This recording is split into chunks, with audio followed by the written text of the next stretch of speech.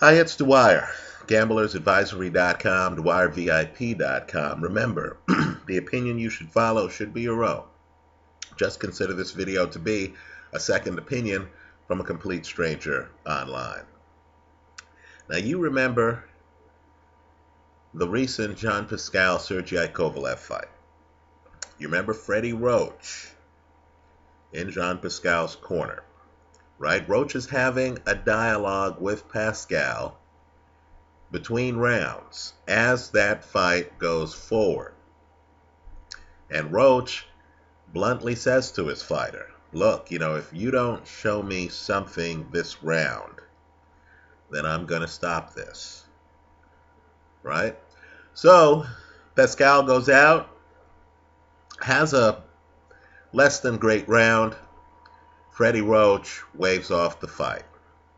Right? Roach, in post-fight interviews, Google them, is very clear in saying, look, I stopped the fight because I thought my guy didn't have it tonight, right? My guy didn't have a chance in the fight.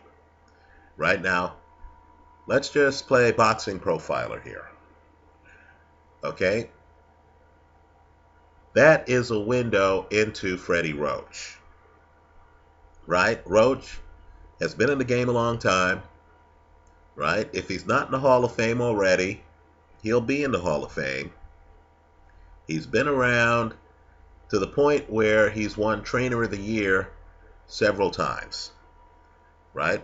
On a night where his fighter was overmatched in his opinion, he told the fighter that. And then pulled the plug. Now, let me say this. You'd be hard-pressed to find two guys in the sport. You can, but it's difficult. Who've been involved with more champions and involved in more world-class fights, right? Championship level, big event title defenses than Freddie Roach and another of his fighters, Miguel Cotto, right? Understand Cotto has been in the game so long that when you compare Cotto's experience to Canelo's experience, when Canelo was still on the way up, Cotto was selling out Madison Square Garden. Right? Let's just say these guys have been in so many fights that Cotto fought Antonio Margarito multiple times. Right? And Margarito retired from the sport for, over a year, right? Before recently coming back. Right? Cotto fought Zab Judah. Cotto fought Shane Mosley. The list goes on, and this is Cotto from several years ago. Recently, Cotto has fought Sergio Martinez. Well, if you want to consider that recently, Daniel Geale. He's fought Canelo. Of course, Cotto also fought both Manny Pacquiao and Floyd Mayweather. Right? Now, in my opinion, there's no doubt Miguel Cotto is going to be a Hall of Famer. Now, as you look at the Cotto-Canelo fight, just doing forensics, trying to figure out, get a handle on Canelo's next fight against Amir Khan. As you look at the Cotto-Canelo fight, knowing the personalities, knowing the experience levels, aren't you a bit disconcerted by the fact that as that fight is going forward, I believe it's clear that Freddie Roach and Miguel Cotto both feel that they're winning the fight. Right? That's as it's happening. Right? I have no doubt that at the end of Cotto-Canelo, Freddie Roach and Miguel Cotto, at the end of the 12th round when the bell rings, believe they've won the fight. Right? I'm positive that Cotto believed that he had won at least 7 of the 12 rounds. At least 7 of the 12 rounds. Let's do forensics here. What I want you to do is to Google Cotto's comments after the Canelo fight, right? Especially the day after the fight, which sometimes are more interesting because the day after the fighter will often have then seen the film of the fight, right? In the ring, you just recall what happened in the ring. The day after the fight, someone actually has given you a DVD or you've looked at the video of the fight and you could see for yourself how the fight came across, right? The day after the fight, Miguel Cotto goes on record as saying he thought he won the fight. You know, this is the way boxing works. There are going to be fights we disagree on. Understand, as the fight happened, I saw the fight with a few people who somehow thought Canelo was winning the fight. Right? After the fight, I saw, before the decision's announced, Canelo people are all happy in the corner. And I was looking at the fight thinking, gee, what are these guys happy about? Right? Nacho Beristain, Hall of Fame trainer. Again, you'd be hard-pressed to find a better trainer than Nacho Beristain in the entire sport. Right? We're really talking about, elite trainers here. Right? Nacho, Freddie. Right? Nacho Beristain thought that Cotto won the fight. What I want people to do is to just imagine a table around which Freddie Roach is there, Miguel Cotto is there, Nacho Beristain is there, Erislandy Lara is there, and Austin Trout is there. Right? Lara and Trout, after they fought Canelo, thought that they had won the fight.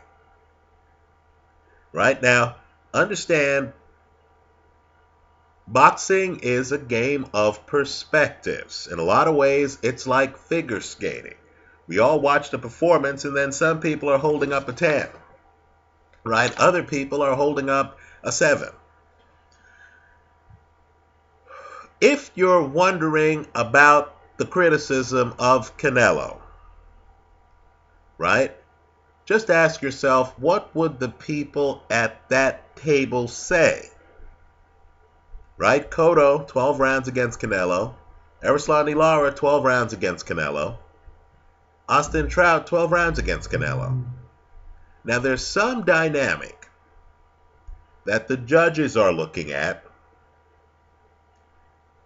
that Freddie Roach and Miguel Cotto aren't looking at. Right? If you're a Canelo supporter, tell us what that dynamic is. Is it punching power? Austin Trout. Now that's an interesting fight because Canelo goes on his back foot for a portion of that fight. Right? Trout throws punches. Canelo goes on his back foot, smiles at Trout, dodges some punches. Right? Which doesn't happen in every fight. Also, Canelo shows us his ring coverage. He knocks Trout down in that fight, and he does so with a punch that he throws from distance. If you could look at a film of those two moments, I think they're eye-opening. But even with those moments, I thought Canelo lost that fight. Even with those moments, Austin Trout thought he won the fight. Look at the CompuBox numbers on that fight. Canelo isn't high volume. He's lower volume. Right? Canelo has to pace himself in rounds. So, let me just say, it's an interesting dynamic because somehow the scoring of the Austin Trout fight, just like the scoring of the Cotto fight, wasn't close. But yet you had opponents who thought they had won the fight. Opponents who had been in the game a long time and who had been in big fights before. Right? Think about it. The Erislandy-Lara fight, the scoring there was close. But look at Lara's comments after the fight. Lara thought he won the fight. I don't believe, by the way, that Cotto, Lara, or Trout is lying to us. I feel that all three of those guys thought they beat Canelo. Right? The Cotto scoring and the Trout scoring, what exactly is Canelo doing to warrant the gap in scoring? I mean, what they're telling you is that Freddie Roach, from a great vantage point from, where trainers are during rounds, Freddie Roach watched the fight where he thought his guy won the fight. And they're telling you that in that same fight, one judge, I believe, had Cotto winning 1 or 2 rounds total in a 12-round fight. They're telling you that Freddie Roach was that mistaken. Now, let me say this. Let's talk about why Canelo gets such wide scores. Right? This is just one man's opinion. Let's get politically incorrect here. Right? First, the other side of the ledger. In the Cotto fight, I thought Cotto had superior foot speed. I thought Cotto was getting in, was landing punches, and then was rolling with what Canelo threw, right? Canelo is very good pivoting in the pocket. He's a committed body puncher. He hits hard. He was the bigger man in the Cotto fight. There were times in that fight where Canelo would throw a punch, land it, and you would feel the pain watching the fight. Canelo, harder puncher, right? But I thought Cotto had a lot, and I mean a lot, of Canelo's punches blocked, more than indicated on CompuBox.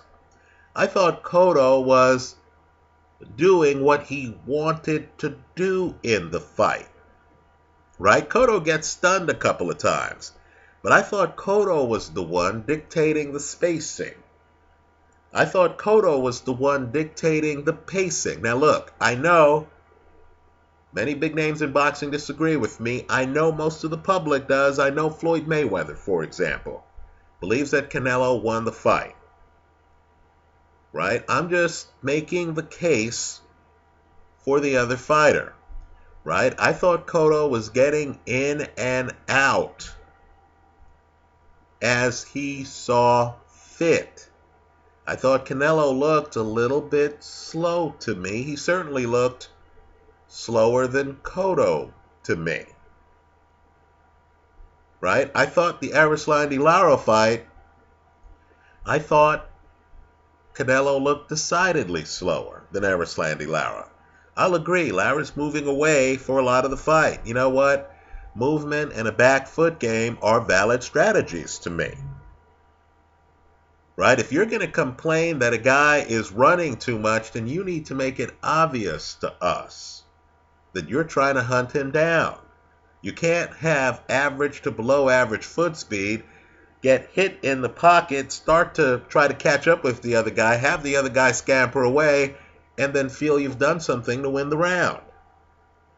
Right? Now, here online, the great thing with the internet is that you can go back and look at those videos. Right? Look at the comments left in the videos I made. You're going to see both sides of the argument. Right? Understand, there are many in YouTube Nation, many, who believe Canelo won those fights. Right? Some people will leave their scorecards in the comment section to the videos. Others will just tell you the rounds that they thought were the key rounds. Right? Many of you believe that Canelo's winning those fights. My point to you, though, is you don't have this many opponents who feel they were robbed with other world-class fighters. Right? Take Sergey Kovalev, for example. Because he's so dominant, right? You don't have 5 or 6 guys coming out of the woodwork and saying, hey, man, I went 12 rounds. I thought I won the fight. What were the judges doing? You don't have this many people saying, gee, how could the judges have that scorecard? Floyd Mayweather, after the Cotto fight, while saying he thought Canelo won the fight, did go further and say, look, I don't know what fight the judges saw. The scorecards here were a joke. Right? Why are the scorecards so wide in Canelo fights? Why are the opponents so convinced at the end of 12 rounds with Canelo, even when they've been knocked down, like Austin Trout, that they've won the fight? I think it's because these guys sense that they were able to do a lot of what they wanted. I think it's because these guys sense that they're faster than Canelo. Foot speed, hand speed. Better athletes than Canelo. Right? I think these guys sense that Canelo's taking off part of the round.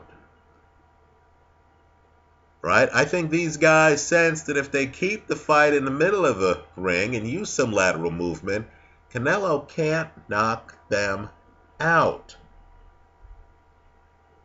Right? Now, on the Canelo side of the ledger, right, Canelo hits hard. There's a different dynamic when you're ringside at a fight or close to ringside at a fight than there is when you are watching a fight on TV. Right? I used to attend fights in Southern California years ago when I was a guy with hair back then. Right? And you know, if you were close enough to the ring, sometimes you'd get hit with the guy's perspiration.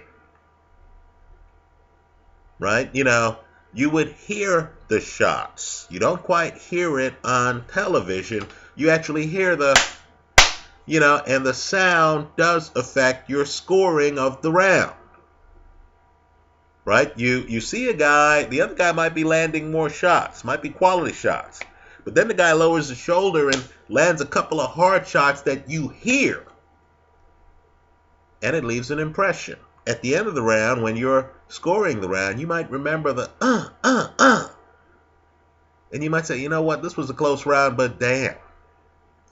This guy throws hard punches, doesn't he? I'm going to give it to the puncher. I thought he did more damage in this round. Now, maybe that's the dynamic with Saul Alvarez. Because I can tell you on TV, in my opinion, it doesn't come across. Right? What I don't understand is, if that's the case, then Freddie Roach, who's a pretty straight shooter. I've disagreed with Freddie on fights, no question about it. Right? But Freddie Roach is not going to tell you in a fight in which one judge gives his fighter 1 round that he thought that his fighter won the fight unless his fighter actually did enough to make the fight competitive. Right? Freddie Roach was there by the ring apron for Cotto Canelo. And he was stunned at the scoring. Right? Years ago, I saw a fight involving a guy who, in my opinion, was better than Canelo, who's now part of Canelo's team. And that's Oscar De La Hoya. Right? Let's not forget how good Prime De La Hoya was. Now, it was the rematch of his series against Shane Mosley. And I can just tell you, I've never understood that fight. Never. I saw Oscar put on a show. I thought Oscar won that fight by several rounds. Right? Several rounds. The rematch isn't the first fight. Right? Oscar just looks much more fluid than Shane Mosley. Now, Mosley puts his head down at times and comes in and throws body shots. Now, to my utter amazement, at the end of that fight, Brian Kenny and Max Kellerman, two of the better boxing commentators, right? I know Kenny's doing baseball these days, but he's awfully good at boxing. Those guys had Shane Mosley winning the fight, right? The argument was that Mosley was the one landing the hardest shots. You know, Mosley officially won the decision. To this day, I have no idea how. Right? By the way, for those questioning De La Hoya, just compare and contrast Canelo against Floyd Mayweather versus De La Hoya against Mayweather in Mayweather's prime. Right? De La Hoya does much better, much faster, much more fluid than Canelo. Right?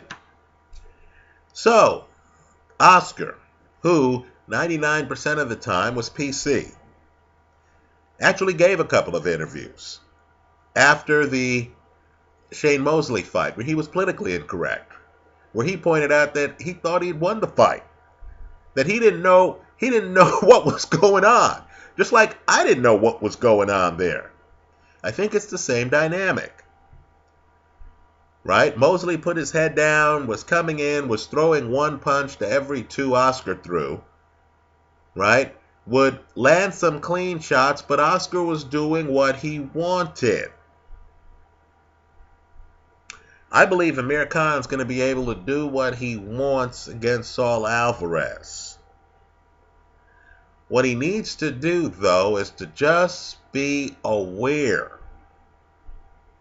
of the fact that Alvarez, one, is a good-looking guy, right? Has charisma, carries himself with class. Many people want to root for him. He's a good boxing ambassador, right? You kind of sense that he is proud of his Mexican heritage. He wants to be a role model for kids. He's someone who, in the real world, ends up being the corporate president, right? The public face for your business, because you understand this guy has the right kind of image. I know that shouldn't matter in a sport where we're counting punches and stuff like that, where, it's really about the fighting, right? It's not about, hey, this is a guy who looks like he'd be a good corporate spokesman. I'm going to give him the close rounds. I'm just telling you, though, that image helps Canelo. The other thing is, he does have boxing skills, right? He's kind of like Vladimir Klitschko. He has a good jab. He has a good left hook. He has a very good straight right hand. He has ring coverage, right? But let's be blunt here too. He's not a great athlete.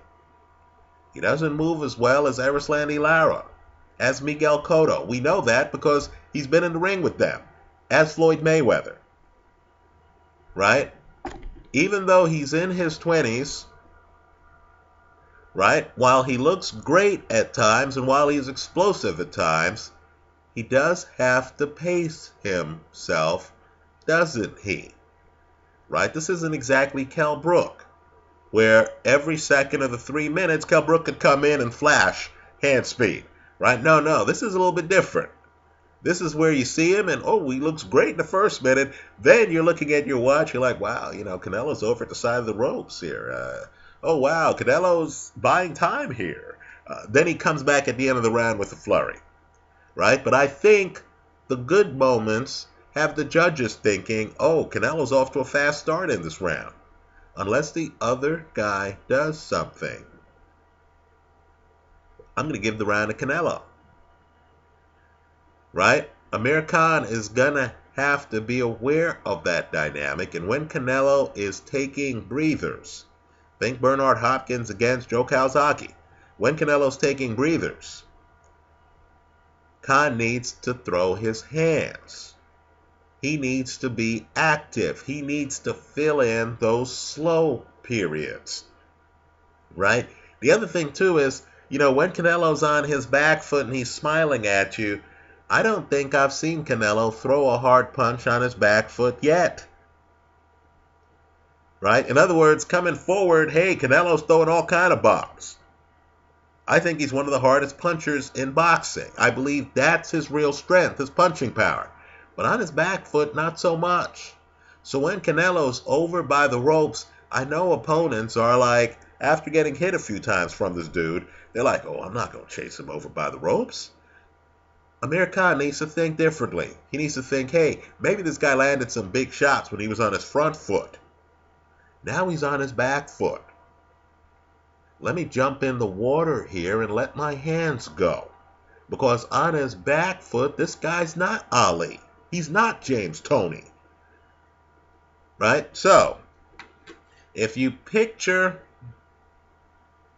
a table filled with Canelo's critics, right? Roach, Beristain, two of the very best trainers in the sport of boxing. Right? Juan Manuel Marquez, Cotto, right? Two of the best boxers in the entire sport, right? Erislandy Lara, on the road there, just needs a few more fights, right? Austin Trout, on the road back. Just ask yourself, what would they say? If you feel these guys have informed opinions, and if you feel they would say things like, gee, this guy doesn't have top-level hand speed. This guy doesn't have top-level foot speed. He hits hard but can be outmaneuvered in the ring.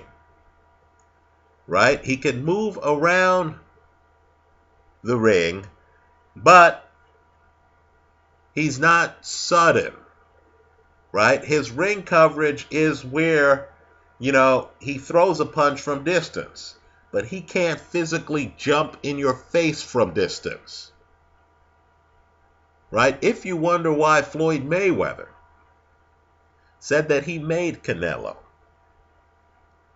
right? Which kind of implies that Canelo didn't make himself, right? That there was some promotion there to convince the public of something that wasn't there, right? Then you need to ask the next question. Why isn't the skepticism reflected in the Las Vegas betting line? Right? Food for thought. I think Khan's a live underdog, as I've said here in a few videos. I'm making this video the day before the fight. We'll see what happens. But what I want Khan to think about is the fact that Canelo is a judge favorite. Right? If I'm Amir Khan, I don't aim for winning 7 rounds out of 12. Right? I'm cognizant of the dynamic. Right? The kind of dynamic that has him in the ring against a Hall of Famer like Miguel Cotto, and somehow a judge is giving him 10 or 11 rounds in a fight that Freddie Roach and Cotto thought Cotto won. Right? So if I'm Amir Khan, I'm shooting for at least 8 to 9 rounds. Right? I'm not taking rounds off unless I absolutely have to. I'm trying to win every close round, no matter how obvious it is to my corner, and he has Virgil Hunter in the corner, and to me, no matter what my corner tells me, right? It could be the beginning of the 10th round. I'm, Amir Khan, my trainer says, man, you're pitching a shutout. I'm going to think, you know what? Some judge gave this guy a draw against Floyd Mayweather. Right? If I'm Khan, it's 36 minutes. 12 rounds times 3 minutes each round. I'm going to force Canelo to work for the 36. Right? I'm not going to rely on the judges being sophisticated and seeing me block the body shots, having a hand bar down here. Right? I'm going to make sure that I move out of the way, even when I'm feeling lazy. I move out of the way to make it, obvious that this guy can't land the body shots. Right? I think Khan has an excellent chance here. Right? I think there's quietly a group of skeptics out there on Canelo, right? I think Oscar De La Hoya knows he has a superstar fighter in Canelo, right? But I'm sure Oscar every day thinks about that Shane Mosley rematch, and he's wondering what the judges were thinking, right? Oscar needs to realize that that's what a lot of former opponents of Canelo are thinking. Anyway, those are my comments the day before the fight. Let me hear yours, right? I'll just throw it out here to the public, right? Tell us what the dynamic is that led Roach and Cotto to believe that they had won the fight, right? Do you think they are bluffing and lying to the public? Do you think Cotto privately feels that the scorecards were correct? Or do you feel that Cotto was having success doing something in the ring against Canelo that led both he and his trainer to believe that they had won that fight? Tell us what you think. I hope you do so in the comment section to this video. Thanks for stopping by.